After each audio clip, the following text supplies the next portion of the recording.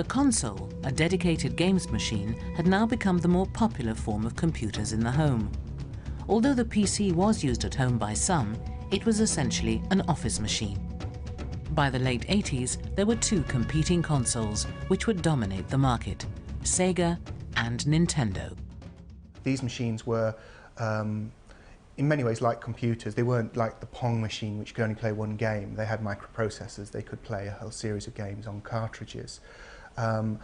They were mainly, or almost entirely, marketed at children, rather than, they didn't have this kind of, didn't have this attempt to appeal to adult users. You know, they were just dedicated games machines, but they soon proved very popular. Just how popular games had become was evident when Games Master, the first video games program, came onto our TVs in 1992.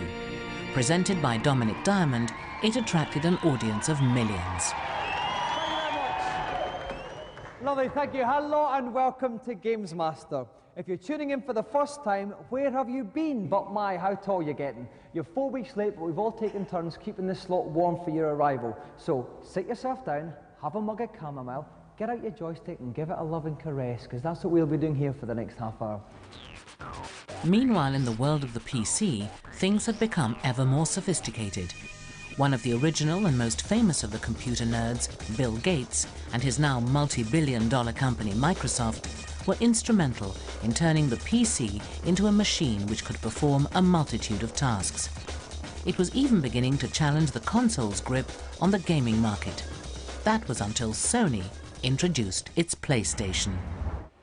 They had a brilliant thing. They would go around all the clubs in Britain and would put PlayStations into clubs, into the chill-out rooms. They would sponsor tents at rock festivals and have tents full of PlayStation. And this just branded the PlayStation as a cool, older thing. Now, this means that late teens and adults think it's okay to buy it. It's not as embarrassing as going and buying a Nintendo. But it also means that younger kids, 12, 13, who want to be cooler than their friends, think, oh, let's go for the older thing. It really was the kind of bad, dangerous older brother.